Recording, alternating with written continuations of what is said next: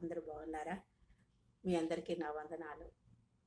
మరొకసారి మిమ్మల్ని మరొక వీడియో ద్వారా కలుసుకోవడానికి, మీతో మాట్లాడడానికి దేవుడు నాకు ఇచ్చిన సమయాన్ని బట్టి, దినాన్ని బట్టి దేవునికి వందనాలు చెల్లిస్తున్నాను. మరొక వీడియో ద్వారా మీతో మాట్లాడడానికి కృప చూపిన దేవుడికి వందనాలు చెల్లిస్తున్నాను. మీరందరూ అన్ని విషయాల్లోనూ అభివృద్ధి పొందాలని, ఆత్మీయంగా ఎదగాలని నా అనుదిన ప్రార్థన.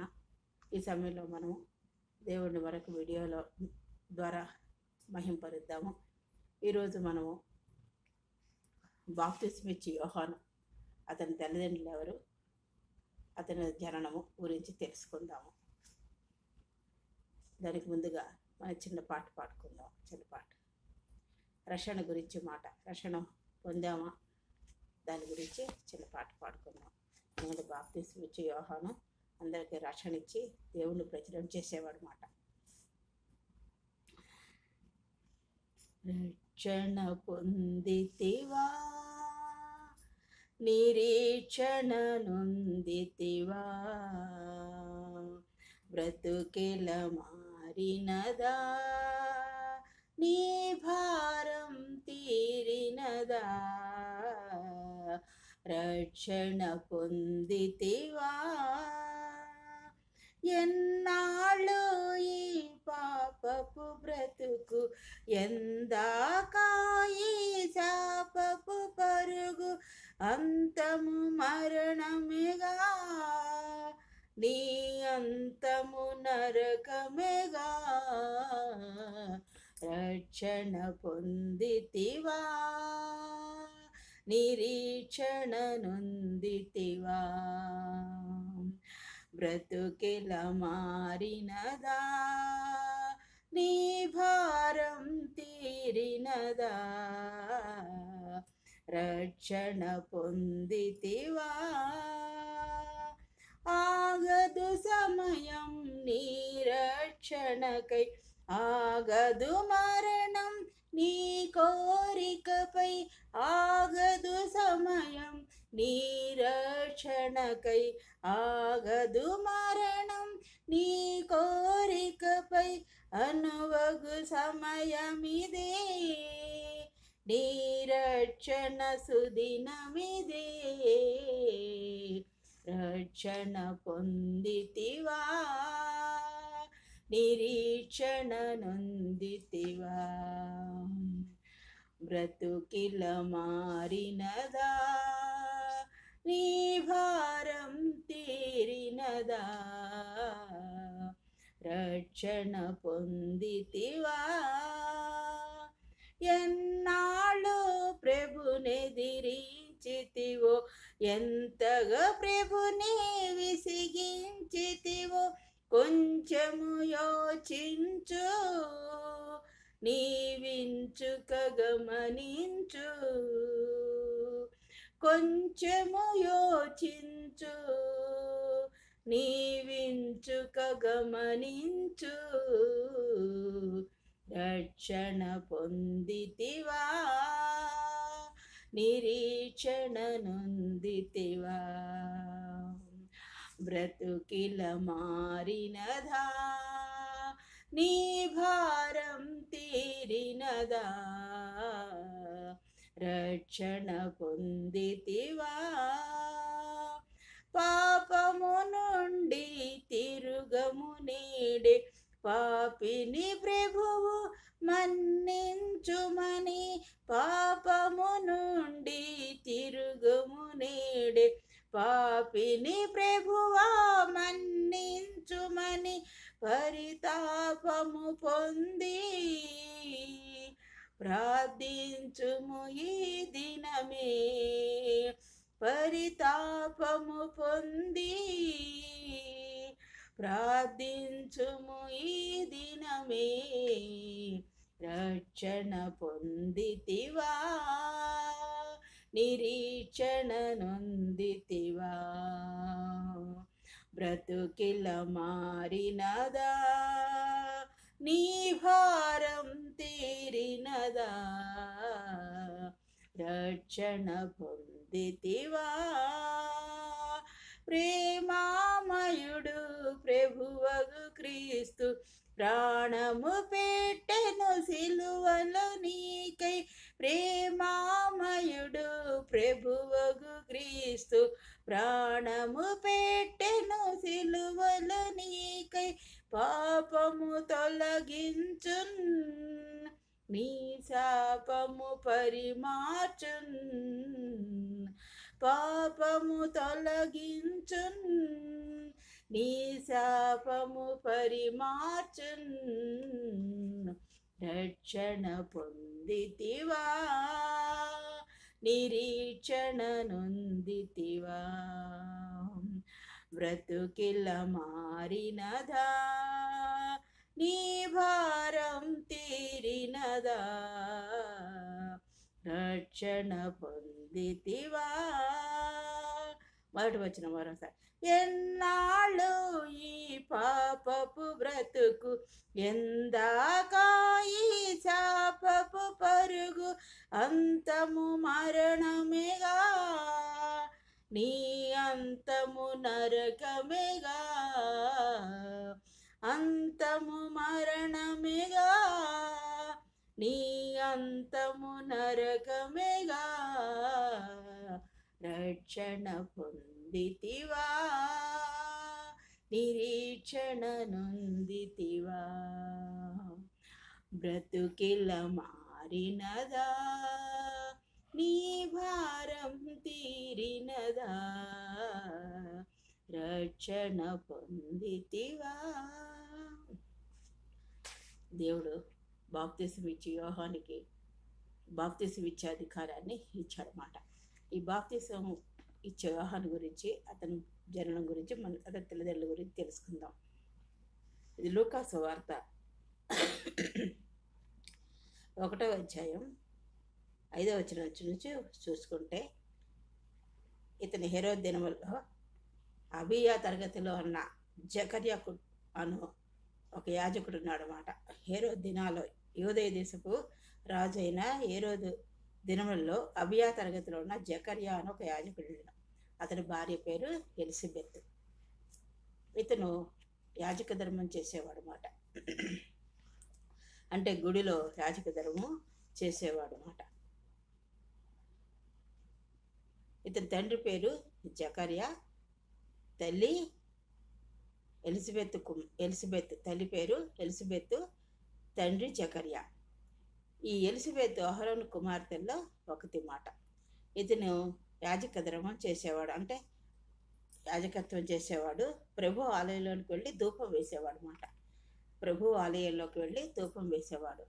ఇతను వంతు వచ్చినప్పుడు, అలాగే ప్రతి యాజకులు వేసేవారు, అతను వంతు వచ్చినప్పుడు అతను కూడా ఆలయంలోకి వెళ్ళి ధూపం వేసేవాడు అన్నమాట. ఇలాగ వేస్తున్నప్పుడు ఒకరోజు ఆ సమయంలో ప్రజల సమూహం అంతా ఎలుపులు ప్రార్థిస్తున్నారు. ఒకరోజు ఆ సమయంలో ఆయన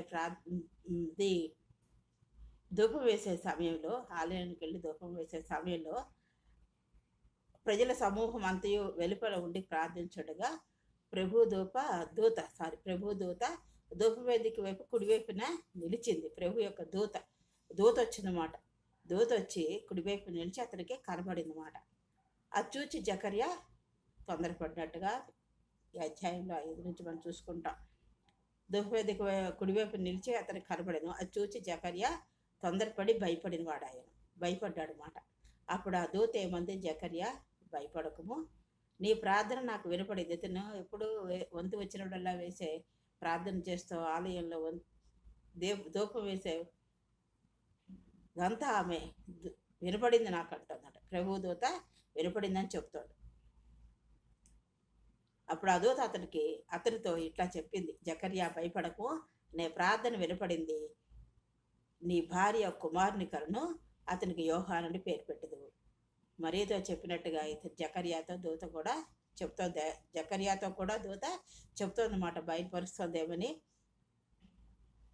నీ భార్య ఒక కుమారుని కలను, అతనికి యోహానును పేరు పెట్టు అని చెప్పింది మాట. పెట్టుదువు. అతడు ప్రభు దృష్టికి గొప్పవాడై, అతను ఎలాగుంటాడంటే దేవుని దృష్టిలో గొప్పవాడై ద్రాక్షారసము మద్యమును సేవించడమాట. సేవించగా ముట్టడు, ఆ రెండు అసలు ముట్టడు. అతడు పరిశుద్ధాత్మతో నిండుకొని వాడై ఇశ్రాయేల్లో అనేకులను ప్రభు ప్రభువైన వారి దేవుని వైపునకు త్రిప్పును. ఇశ్రాయేల్ ప్రజలను అనేకులను ప్రభువైన వారి దేవుడు ఎవరో ప్రభువైన వారి దేవుని వైపుకి త్రిపుతాడు. నువ్వు పరిశుద్ధాత్మతో నిండుకుంటావు అని దూత చెప్పినట్టుగా మనం చూస్తున్నాం. ఈ జకర్యా ఇతను ఒక సన్యాసి, యోధ ప్రవక్త మాట. ఇతను క్రైస్తవ మతంలో యేసుకు పూర్వీకుడని పిలుస్తారు. ఇతను పూర్వకాలం యేసు పుట్టక ముందు అంటే యేసు కంటే ముందు ఉన్నవాడు. యేసు పూర్వీకుడని పిలుస్తారు. దేవుని తుది తీర్పు గురించి బోధించాడు. ఇతను దేవుడు వస్తాడని తీర్పు గురించి బోధించాడు. మరియు దానికి సన్నాహంగా పశ్చాత్తాపడిన అనుచరులకు బాప్తిస్మం ఇస్తూ వచ్చాడు మాట. అతను వాళ్ళని సిద్ధపరచడం కోసం పశ్చాత్తాపడిన మారు మనసు పొందాలి. బాప్తిస్మం అంటే ఏంటి? మారు మనసు పొందాలి. హృదయంలో యేసు ప్రభువుని విశ్వసించాలి, నోటితో ఒప్పుకోవాలి, అప్పుడు బాప్తిస్మం తీసుకోవాలన్నమాట. ఆ పశ్చాత్తాపడిన అనుచరులకు ఎవరైతే పశ్చాత్తాపడతారో వాళ్ళకి బాప్తిస్మం ఇస్తూ వచ్చాడనమాట. తన బాప్తిస్మ ఆచారాన్ని సేకరించిన వారిలో, అతను ఇచ్చే బాప్తిస్మ ఆచారాన్ని సేకరించిన వారిలో యేసు కూడా ఉన్నాడనమాట. యేసుకు కూడా యేసుప్రభు వారికి కూడా ఈయనే బాప్తిస్మ ఇచ్చినట్టుగా చూస్తాం అన్నమాట. ఇతను ప్రభు గురించి బోధించాడు. ప్రభు రాకడ గురించి, అది ఎస్ఎంఎస్ఐ వస్తాడనేది చెప్పినట్టుగా మనము చూస్తున్నాం. కాబట్టి ఈ బాప్తిస్మ ఇచ్చే యోహాను తల్లిదండ్రులు ఎవరు? ఇతని జననము, ఇతను బాప్తిస్మ ఇచ్చే యోహానుగా క్రీస్తు కంటే పూర్వం ఉన్నవాడుగా మనం చూసుకున్నాము. కాబట్టి మనం కూడా యేసుప్రభు వారు కూడా ఇతని దగ్గరే యోర్దాను నదిలో బాప్తిస్మ తీసుకున్నట్టుగా మనం తర్వాత వీడియోలో చూసుకోవచ్చు. అయితే ఈ జకర్యా ఇలా చెప్పింది, దూత చెప్పినప్పుడు ఈ జకర్యా నమ్మలేదు. ఏమన్నాడు? నేను ముసలివాడను అనేసి చెప్పాడు మాట. నేను ముసలివాడను, నాకు ఇప్పుడు పిల్లలు ఏం పుడతారు అని అన్నప్పుడు ఆ వచనం చూసుకుందాం. 17వ వచనం. మరియు అతడు తండ్రుల హృదయములను పిల్లల తట్టునకును అవిధేయులను నీతిమంతులుగా జ్ఞానం అనుసరించుటకును త్రిప్పి ప్రభు కొరకు ఆయత్తపడి ఉన్న ప్రజలను సిద్ధపరచుటకై ఏలియాకు ఆత్మయు శక్తి గలవాడై ఆయనకు ముందుగా వెళ్ళును గనుక నీకు సంతోషమును మహానందమును కలుగును, అది పుట్టించురని అనేకులు సంతోషించరాను. అయితే జకర్యా, ఇది నాకు ఎలాగూ తెలియను, నేను ముసలివాడను, నా భార్య బహుకాలము గడిచినదని, నా భార్య కూడా ముసలామే. ఆ దూతతో చెప్పగా, దూత నేను దేవుని సముఖమందు నిలుచు గబ్రియేలును. ఈ దూత ఏంటి? నేను దేవుని సముఖమందు నిలుచు గబ్రియేలును నీతో మాట్లాడుతున్నాను, ఈ సువర్తమానం నీకు తెలుపుటకు పంపబడుతుంది. ఈ దూత దేవుని చేత పంపబడింది మాట. నేను గాబ్రియేలు దూతను దేవుని చేత పంపబడ్డానని చెప్తోంది. మరియు నా మాటలు వాటి కాలమందు నెరవేరేటకు నీవు వాటిని నమ్మలేదు కనుక నేను చెప్పిన మాటలు ఆ కాలమందు నెరవేరే వరకు నీవు మోగవాడవై ఉంటావు, నీకు మాటలు రావు అని చెప్పింది మాట.